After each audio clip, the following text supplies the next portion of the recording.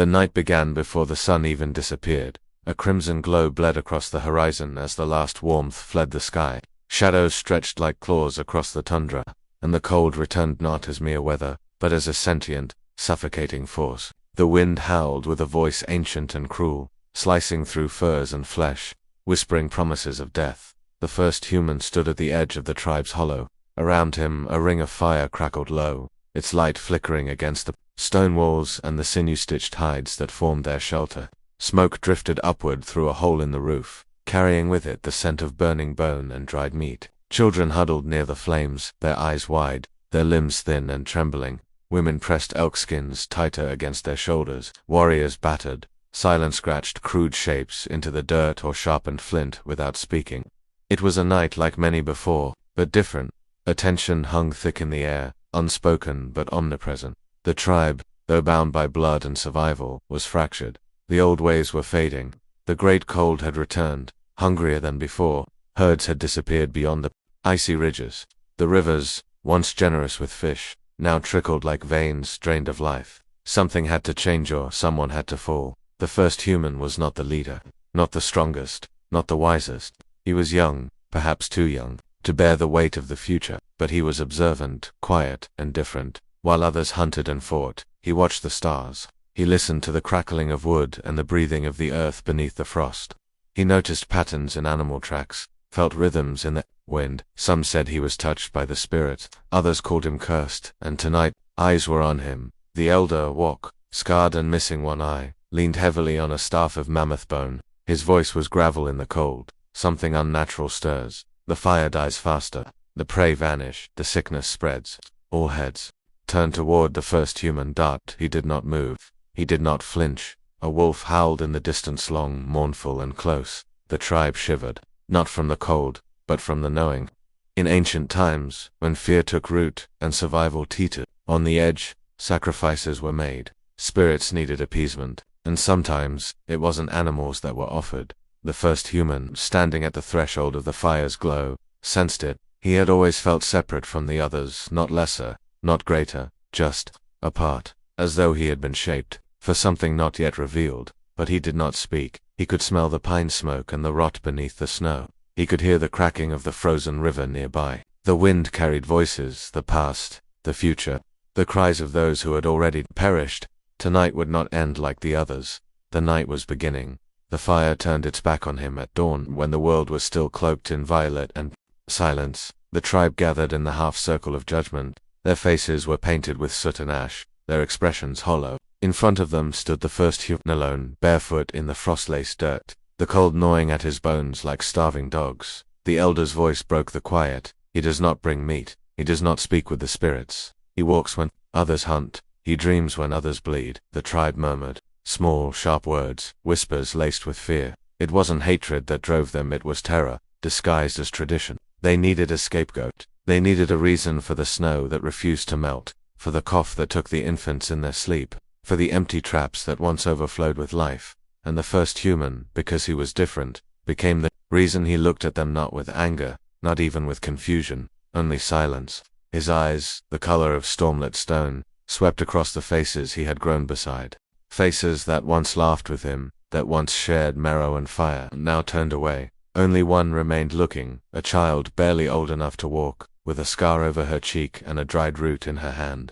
She didn't understand what was happening, but she knew sadness, and she saw it in him, that the elder raised the staff of bone, by the law of the frost. The one who weakens the pack must walk alone. He shall leave before the sun strikes the peak. Let the spirits judge his soul and spare ours. A gust of wind tore through the hollow, extinguishing 2 torches in its path. The flames hissed into smoke. Some took it as a sign. The first human said nothing. He turned away, not slow, not in shame, but as one who had expected this ending long ago. He walked toward the trees, where the light thinned and the shadows opened their jaws. Behind him, the fire crackled back to life, and the voices of the tribe faded. He had no food, no spear, no warmth, but the breath in his chest. The forest loomed like a wall of teeth, its pines creaking under the weight of ice. Every step forward was a betrayal of comfort, of memory. The cold whispered at his ears, "You will die alone." Yet something deeper stirred within him. Beneath the pain, beneath the rejection, a hunger not for food, but for meaning. He moved through the forest like a shadow without a name, until the trees swallowed him whole. The sky darkened. A snowflake landed on his cheek and melted instantly, warmth still in him. Life, still clinging. Far behind, the tribe returned to their routine, convinced they had spared themselves. They had no idea they had just cast away the only one among them capable of facing what was coming, and surviving it. The cold became his only companion. Days bled into nights without distinction. The sun, when it dared show its pale face, barely warmed the treetops before fleeing behind black clouds. The first human moved beneath ancient pines, whose roots clawed through the earth like the bones of long-dead giants. Snow covered everything. A silence, deeper than death, pressed on all sides. Hunger arrived quickly. His body thinned. His hands trembled. His breath came in sharp white bursts. He had no fire, no furs, no tools. His feet bled through cracked skin, but still, he walked. Each step was war. On the fourth night, the forest betrayed him. The snow turned to ice beneath his weight. He slipped, falling hard onto a bed of stone. The world went white. Blood trickled down his temple. He laid there face to the sky, eyes blurred until the stars blinked above like cold eyes of forgotten gods. He dreamed or hallucinated of a flame that breathed. It had a voice. It called him by no name, only a whisper. Survive, and you will become the fire. He woke with a jolt, and the scent of something alive. Meat that was faint. But realer musk carried on the wind, crawling to his feet. He followed it. There, nestled in a hollow beneath twisted roots, a creature slept, small but vital. A snow hare, white as frost, ears twitching in dream. The first human approached without a weapon, heart pounding like war drums in his chest. He crouched, waited, a breath, then a sudden lunge. The hare escaped just barely, but something else did not. From the shadows behind the roots emerged a shape, massive, silent, a beast. It had watched him stalk the hare, and now it stalked him. Eyes like embers, fur blackened with mud and ash. A wolf, but larger than any he had seen, perhaps the last of its kind. A ghost from the age before fire. It stepped into the moonlight. The first human stood frozen, breath, caught no spear, no blade, just bare hands and the taste of blood in his mouth. The beast growled, low and deep, like thunder inside the earth, and then it charged. He ran, not like prey, like instinct. Branches lashed his face, rocks tore his skin. Behind, the beast thundered through the forest, faster, closer. He leaped over a frozen stream, rolled down an embankment, landed in a shallow grave of snow and bone. The bones, dear wolf, even man-lit at the base of a collapsed den, a trap not by design but by fate.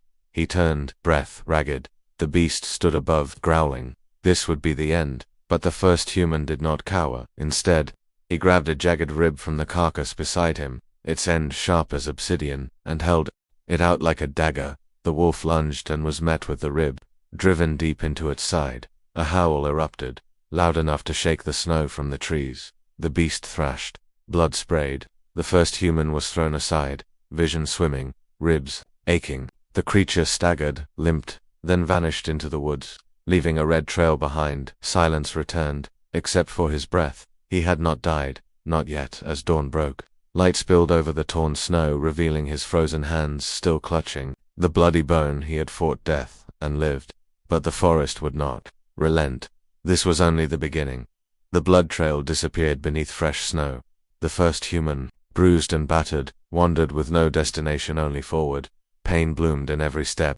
Hunger twisted his gut into knots, yet something deeper than instinct drove him onward. A pool, a whisper beneath the howling winds.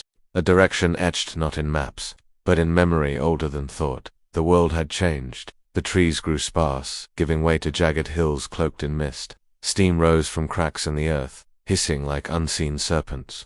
The air here smelled different, of minerals, whetstone, and something faintly sweet. Life, perhaps, or death. He crested a ridge and froze. Below him, a valley split open like a wound. At its center, fire, not flame from branch or spark but from the very ground. Vent in the earth belched smoke and glowing embers. Lava, molten and slow, bled through cracks like blood from a wounded god. Around it, the snow had melted, revealing green first in moons. Moss clung to rocks. Ferns curled upward toward the warmth. Birds, thin and shivering, darted between branches. Life. He descended slowly, knees weak, heart racing. The warmth embraced him like a forgotten memory. He collapsed near the vent, letting the heat soak into his bones. He slept, and when he awoke, the pain had dulled. His hands could move again, he could feel his feet. He explored the valley. What he found changed everything. Scattered among the stones were bones not of prey, but human, and with them, tools, not crude flint, but something sharper, cleaner, shaped with precision. Spears tipped with black stone that shimmered in the light, blades curved like claws, a pouch made of bark and sinew, filled with dried roots and crushed powder. An old tribe had once lived here and left something behind. He studied the tools, touched them, held them in his grip. They felt right, balanced as if waiting for him. One stone stood out dark, smooth, and fractured on one side. When he struck it against another, a spark leaped. He froze again, sparked again, sparked. He gathered dry moss, the bones of a bird's nest. Old barked up. He struck again. A flicker, a breath, flamed out. It was small, just a whisper of light, but it lived. His eyes widened. He fed it gently, shielding it from the wind. It grew for the first time since exile, warmth not from the earth but from his own hands, a fire born of knowledge, a secret passed down by strangers long dead. He had discovered not just a tool, but a revolution that night. He cooked for the first time, the rabbit caught with one of the new snares he had fashioned. From sinew roasted over his flame, the smell was divine, the taste overwhelming. The first human wept as he ate, not from hunger, from the realization that he had not been abandoned. He had been guided by nature, by death, by the forgotten hands that left behind clues. In a valley guarded by fire, he stayed for days, recovering, sharpening, learning. The tools became extensions of his will. The flame, a part of his spirit. He studied the wind, the birds, the movement of clouds. He became attuned to the rhythm of life. But the fire whispered something else. Now it is not enough to survive. You must return. And when he did, it would not be as the outcast, but as the bearer of flame. The fire walked with him now. It moved not only in his hands, but behind his eyes, in the beat of his heart. He had become something more than the boy who was cast out. Every step he took through the snow-laced forest was a step forward in time, toward a future only he could see. But the world had not grown kind. The winds howled louder, the trees whispered warnings, the beasts grew bold with hunger. And the first human was not forgotten. Wordless instincts called him back toward the lands of his tribe. He followed the stars. He recognized the broken stones, the scent of old paths, the sound of a frozen stream where he had once drawn water as a child. And then he heard it, screams. Distant, sharp, carried on the wind like brittle bones rattling. In the dark he ran, faster than fear, through thorns, across ice. The weight of his furs and firestone pressed against him like armor. In his hand a spear of black flint, sharp as thought, balanced by instinct. The clearing came into view. Chaos. The tribe's hollow was in ruins. Tents burned, smoke rising in ghostly tendrils. The fire had returned on the sacred fire of survival, but wild, consuming flame.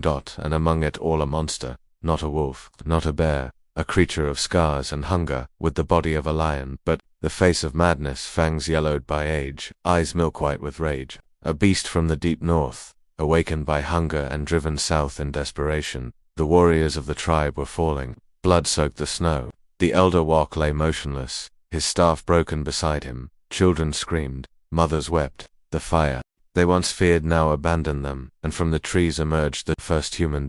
They saw him. Some gasped. Others dropped their weapons in disbelief. He did not look at them. He walked straight toward the beast. The monster turned, sniffing, curious. The first human lit the torch. The flame danced defiantly against the wind. The beast growled, uncertain. It had never seen fire in the hands of prey. He shouted not a word, but a roar, primal and ancient, louder than thunder, deeper than bone, and he charged. The fight was chaos. Flame against fang, flesh against fury. The spear struck deep, but the beast raged on. It clawed his shoulder, tore at his leg, but he stood. Again and again, he struck, not as prey, as equal. Fire blinded the beast. Pain drove it back. Until at last, it fell, body smoldering, breath shallow, eyes wide with something like fear. Silence. Then snow fell. Soft, cold, cleansing. The tribe gathered. They saw what he had done, not with numbers. Not with strength, but with knowledge. With flame. He collapsed near the fire he had kindled, bloodied but alive. The elder stirred barely with his final breath. He looked at the first human and whispered, "You carry the dawn." Dawn rose slowly, like a promise. The sky no longer bled now, it glowed. Soft gold filtered through the trees, melting the frost in delicate trails. Smoke curled lazily into the air, not from destruction, but from controlled fire. Sacred, the first human stood at the edge of the tribes, hollow once more, but he was not the same. The boy they had cast out into the cold had died in the forest. In his place stood something new, not a god, not a beast, a human truly, and for the first time, scarred, wise, and burning from within. He looked out across the tribe. They watched him with reverence, no longer with fear. Children mimicked his gestures, curious about the tools he carried. Warriors leaned in to hear his stories. Mothers touched his furs with awe, and his fire burned in the center of the camp, surrounded not by stones, but by hands, learning to feed it. He taught them how to strike stone for flame, how to shape wood for traps, how to read the sky, to track the stars, to understand the rhythm of the world instead of fearing it. He taught them that fire was not a gift from spirits but from within, that survival was not just the absence of death but the pursuit of understanding. Under his guidance, the hollow grew. Fewer died in the cold. Children laughed longer. Stories were carved into stone. Songs echoed across the valley. They were no longer a people who endured. They had begun to live. And one morning, without word or warning, the first human walked away. He left behind fire. He left behind knowledge. But most of all, he left behind the seed of something unstoppable. Legacy. Others would follow. They would carry fire across mountains, rivers, and seas. They would build homes, craft language, forge tools. They would forget his face but not his gift. He became myth, a shadow behind the spark, a whisper in every flame. And when future tribes told stories around their fires, they always began the same way. There was once one who walked into the night alone, and brought back the dawn.